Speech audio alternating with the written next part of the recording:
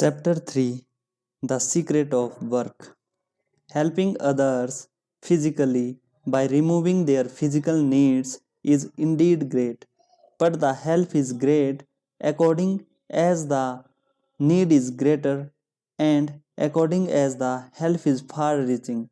If a man's wants can be removed for an hour, it is helping him indeed. If his wants can be removed for a year, it will be more help to him. But if his wants can be removed forever, it is surely the greatest help that can be given him.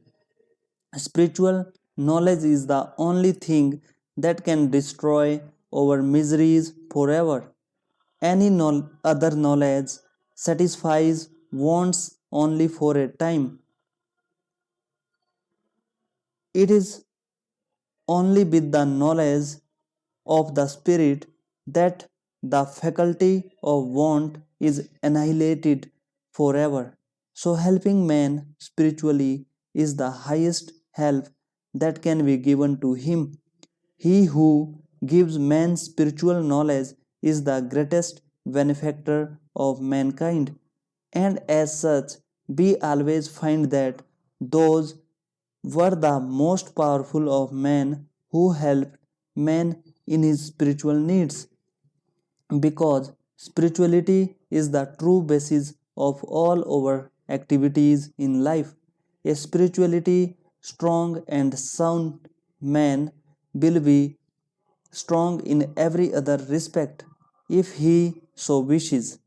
Until there is spiritual strength in man, even physical needs cannot be well satisfied. Next to spiritual comes intellectual help. The gift of knowledge is a far higher gift than than that of food and clothes.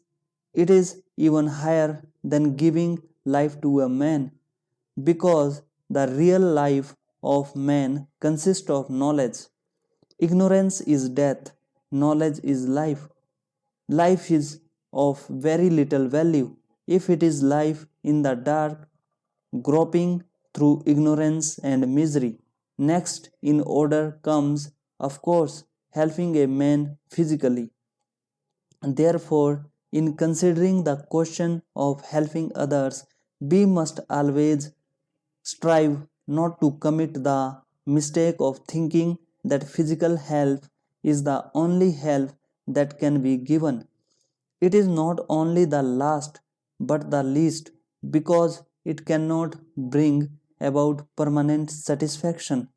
The misery that I feel when I am hungry is satisfied by eating, but hunger returns. My misery can ease.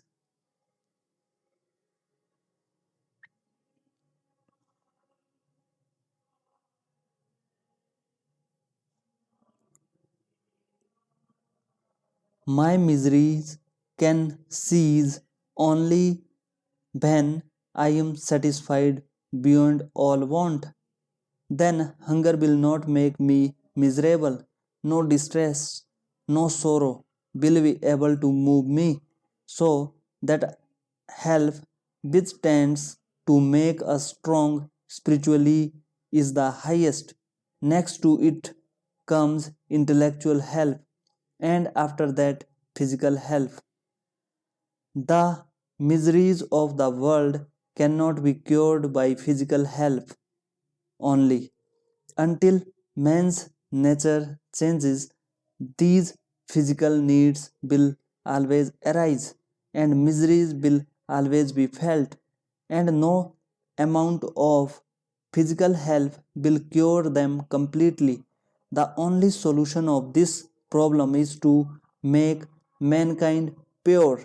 Ignorance is the mother of all the evil and all the misery we see. Let me have light. Let them be pure and spiritually strong and educated. Then alone will misery cease in the world, not before. We may convert every house in the country into a charity asylum. B may fill the land with hospitals, but the misery of man will still continue to exist until man's character changes. We read in the Bhagavad Gita again and again that we must all work incessantly. All work is by nature composed of good and evil. We cannot do any work which will not do some good somewhere. There cannot be any work which will not cause some harm somewhere. Every work must necessarily be a mixture of good and evil, yet we are commanded to work incessantly. Good and evil will both have their result, will produce their karma. Good action will entail upon us good effect. Bad action, bad. But good and bad are both bondages of the soul. The solution reached in the Gita in regard to this bondage producing nature of work is that if we do not attach ourselves to the work we do, it will not have any binding effect on our soul. We shall try to understand what is meant by this non attachment to work. This is the one central idea in the Gita. Work incessantly, but be not attached to it. Sanskara can be translated very nearly by inherent tendency, using the smile of a lake for the mind. Every ripple, every wave that rises in the mind when it subsides does not die out entirely, but leaves a mark and a future possibility of that wave coming out again. This mark, with the possibility of the wave reappearing, is what is called sanskara. Every work that we do, every movement of the body, every thought that we think leaves such an impression on the mind stuff, and even when such impressions are not obvious on the surface, they are sufficiently strong to work beneath the surface subconsciously. But we are every moment is determined by the sum total of these impressions on the mind. But I am just at this moment is the effect of the sum total of all the impressions of my past life. This is really what is meant by character. Each man's character is determined by the sum total of these impressions. If good impressions prevail, the character becomes good. If bad, it becomes bad. If a man continuously hears bad words, thinks bad thought, does bad actions, his mind will be full of bad impressions, and they will influence his thought and work without his being conscious of the fact. In fact, these bad impressions are always working, and their resultant must be evil, and that man will be a bad man. He cannot help it. The sum total of these impressions in him will create the strong motive power for doing bad actions. He will be like a machine in the hands of his impressions, and they will force him to do evil. Similarly, if a man thinks good thought and does good works, the sum total of these impressions will be good, and they, in a similar manner, will force him to do good even in spite of himself.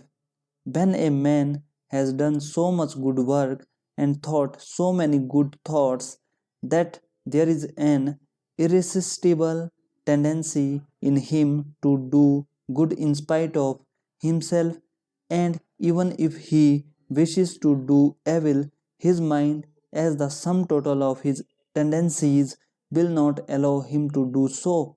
The tendency will turn him back. He is completely under the influence of the good tendencies. When such is the case, a man's good character is said to be established. As the tortoise struck its feet and head inside the shell, and you may kill it and break it in pieces, and yet it will not come out. Even so, the character of the man who has control over his motives and organs is unchangeably established. He controls his own inner forces, and nothing can draw them out against his will. By this continuous reflex of good thoughts, good impressions moving over the surface of the mind, the tendency for doing good becomes strong, and as the result, we feel able to control the indriyas, the senses, organs, the nerve center. Thus, alone will character be established, then alone a man get to truth. Such a man is safe forever. He cannot do any evil. You may place him in any company. There will be no danger for him. There is a still higher state than having this good tendency, and that is the desire for liberation. You must remember that freedom of the soul is the yoga of all yogas, and each one equally leads to the same result. By work alone, men may get to where Buddha got largely by meditation or Christ by prayer. Buddha was working jnani, Christ was bhakt, but the same goal was reached by both of them. The difficulty is here liberation means entire freedom, freedom from the bondage of good as well as from the bondage of evil. A golden chain is as much a chain as an iron one. There is a thorn in my finger, and I use another to take the first one out, and when I have taken it out, I throw both of them aside. I have no necessity for keeping the second thorn, because both are thorns after all. So the bad tendencies are to be counteracted by the good ones, and the bad impressions on the mind should be removed by the fresh waves of good ones, until all this is evil almost disappears or is subdued and held in control in a corner of the mind. But after that, the good tendencies have also been conquered. Thus, the attached becomes the unattached. Work, but let not the action or the thought produce a deep impression on the mind. Let the ripples come and go. Let huge actions proceed from the muscles and the brain, but let them not make any deep impression on the soul. How can this be done? We see that the impression of any action to which we attach ourselves remains. I may meet hundreds of persons during the day, and among them meet also one whom I love. And when I retire at night, I may try to think of all the faces I saw, but only that face comes before the mind, the face which I met perhaps only for 1 minute and which I loved. All the others have vanished. My attachment to this particular person caused a deeper impression on my mind than all the other faces. Physiologically, the impressions have all been the same. Every one of the faces that I saw pictured itself on the retina, and the brain took the pictures in, and yet there was no similarity of effect upon the mind. Most of the faces, perhaps, were entirely new faces, about which I had never thought before, but that one face of which I got only a glimpse found association inside.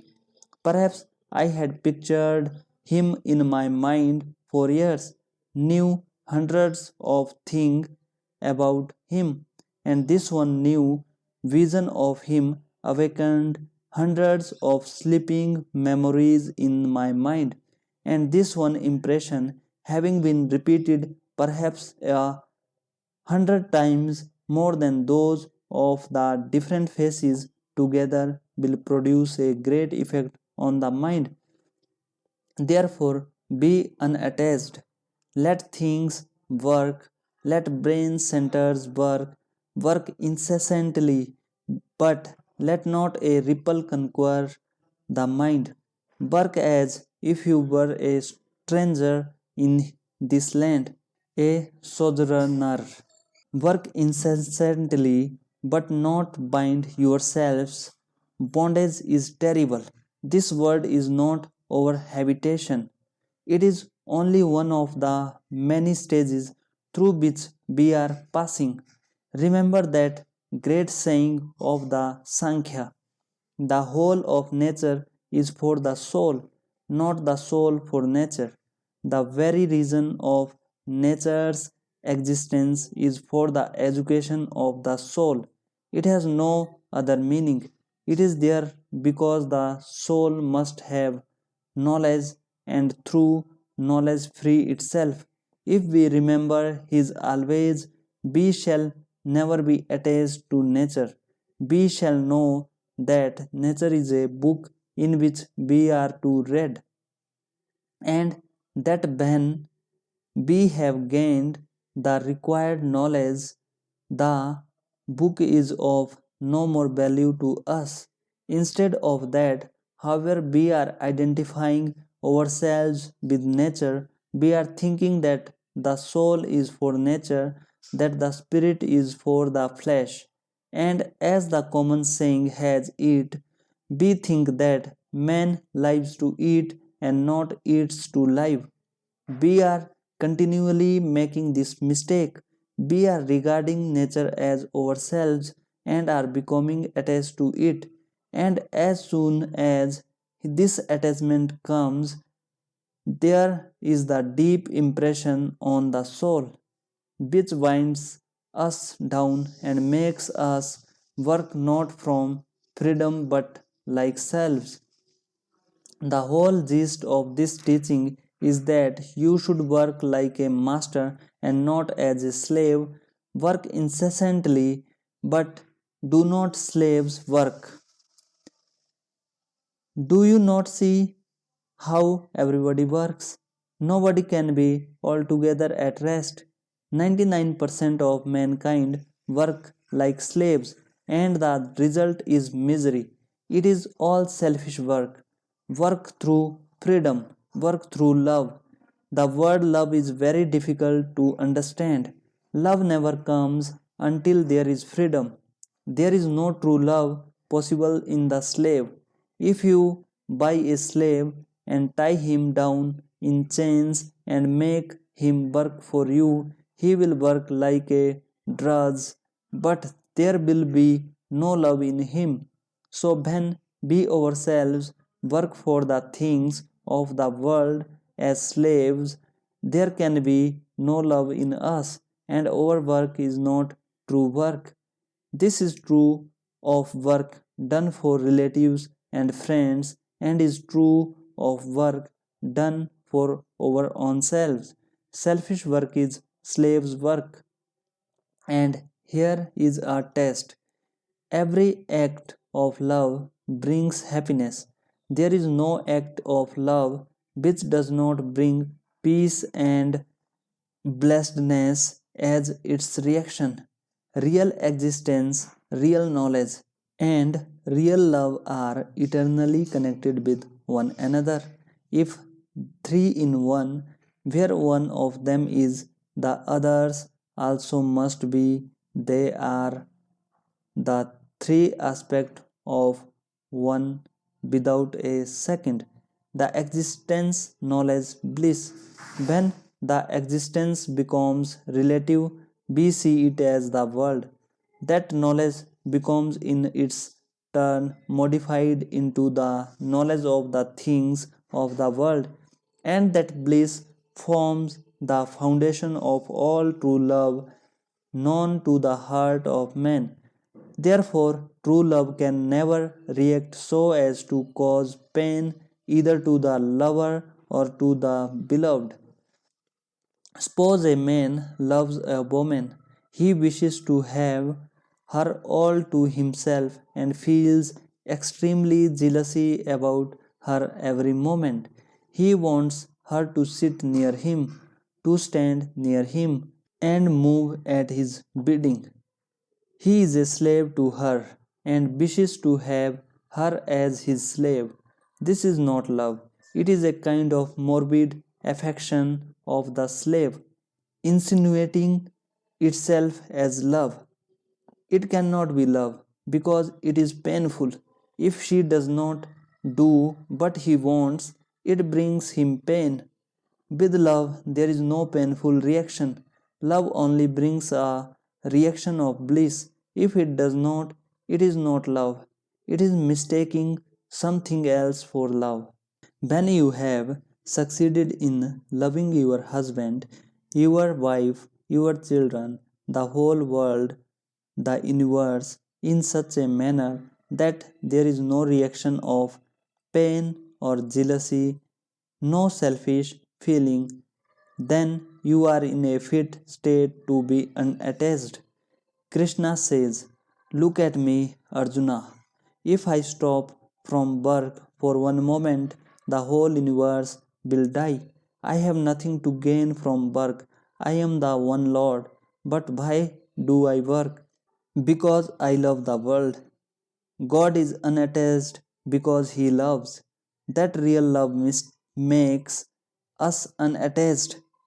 Wherever there is attachment, the clinging to the things of the world, you must know that it is all physical attraction between sets of particles of matters, something that attracts two bodies nearer and nearer all the time, and if they cannot get near enough, produces pain. But where there is real love, it does not rest on physical attachment at all. Such lovers may be 1,000 miles away from one another, but their love will be all the same. It does not die, and will never produce any painful reaction. To attain this attachment is almost a life work, but as soon as we have reached this point, we have attained the goal of love and becomes free. The bondage of nature fall from us, and we see nature as she is. She forges no more chains for us. We stand entirely free and take not the result of work into consideration. Ben then cares for what the result may be. Do you ask anything from your children in return for what you have given them? It is your duty to work for them, and there the matter ends. In whatever you do for a particular person, a city, or state, assume the same attitude toward it as you have towards your children. Expect nothing in return. If you can invariably take the position of a giver, in which everything given by you is a free offering to the world without any thought of return, then will you work brings you no attachment. Attachment comes only where we expect a return. If working like slaves, result in selfishness and attachment. Working as master of our own mind gives rise to this bliss of non attachment. We often talk of right and justice, but we find that in the world, right and justice are mere baby's talk. There are two things which guide the conduct of men: might and mercy. The exercise of might is invariably the exercise of selfishness. All men and women try to make the most of whatever power or advantage they have. Mercy is heaven itself. To be good, we have all to be merciful. Even justice and right should stand on mercy. All thought of obtaining return for the work we do hinders our spiritual progress, nay, in the end, it brings misery. There is another way in which this idea of mercy and selfless charity can be put into practice, that is, by looking upon work as worship. In case we believe in a personal God, here we give up all the fruits out work unto the Lord, and worshipping Him thus. We have no right to expect anything from mankind for the work we do. The Lord Himself works incessantly and is ever without attachment, just as water cannot wet the lotus leaf. So, work cannot bind the unselfish man by giving rise to attachment to result. The selfless and unattached may live in the very heart of a crowded and sinful city. He will not be touched by sin. This idea of complete self sacrifice is illustrated in the following story. After the battle of Kurukshetra, the five Pandav brothers performed a great sacrifice and made very large gifts to the poor. All people expressed amazement at the greatness and richness of the sacrifice and said that such a sacrifice the world had never seen before. But after the ceremony, there came a little mongoose, half of whose body was golden and the other half brown, and he began to roll on the floor of the sacrificial hall. He said to those around, "You are all liars. This is no sacrifice." But they exclaimed, "You say this is no sacrifice. Do you know? Do you not know how money and jewels were poured out to the poor and everyone became rich and happy? This was the most wonderful sacrifice any man ever performed." But the mongoose said, "There was once a little village, and in it there dwelt a poor Brahmin with his wife, his son, and his son's wife. They were very poor and lived on small gifts made to them for preaching and teaching. There came in that land a 3 years' famine, and the poor Brahmin suffered more than ever. At last, when the family had starved for a days, the father brought home one morning a little barley flour which he had been fortunate enough to obtain, and he divided it into four parts, one of each member of the family, that they prepared it for their meal, and just as they were about to eat, there was a knock at the door. The father opened it, and there stood a guest. Now, in India, a guest is a sacred person. He is as a god for the time being and must be treated as such. So the poor Brahmin said, "Come in, sir, you are welcome." He set before the guest his own portion of the food, which the guest quickly ate and said, "Oh, sir, you have killed me. I have been starving for 10 days, and this little bit has but increased my hunger." Then the wife said to her husband, "Give him my share." But the husband said, "Not so." The wife, however, insisted, saying, "Here is a poor man, and it is our duty as householder to see that he is fed, and it is my duty as a wife to give him my portion, seeing that you have no more to offer him." Then she gave her share to the guest, which he ate, and said he was still burning with hunger. So the son said, "Take my portion also." It is the duty of a son to help his father to fulfill his obligations. The guest ate that, but remained still unsatisfied, so the son's wife gave him her portion also. That was sufficient, and the guest departed, blessing them. That night, those four people died of starvation. A few granules of that flour had fallen on the floor, and then I rolled my body on them. Half of it became golden, as you see. Since then, I have been traveling all over the world hoping to find another sacrifice like that, but nowhere have I found one. Nowhere else has the other half of my body been turned into gold. This is why I say this is no sacrifice. This idea of charity is going out of India. Great men are becoming fewer and fewer. When I was first learning English, I read an English story book in which there was a story about a dutiful boy who had gone out to work and had given some of his money to his old mother, and this was praised in 3 or 4 pages. But was that?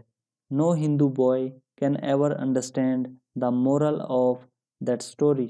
Now I understand it when I hear the Western idea. Every man for himself, and some men take everything for themselves, and fathers and mothers and wives and children go to the wall. That should never and nowhere be the ideal of the householder. Now, you see what Karma Yoga means. Even at the point of death, to help anyone without asking questions. Be cheated, be cheated millions of times and never ask a question, and never think of what you are doing. Never want of your gifts to the poor or expect their gratitude, but rather be grateful to them for giving you the occasion of practicing charity to them. Thus, it is plain that to be an ideal householder is a much more difficult task than to be an ideal sannyasi. The truth life of work is indeed as hard as, if not harder than, the equally true life of renunciation.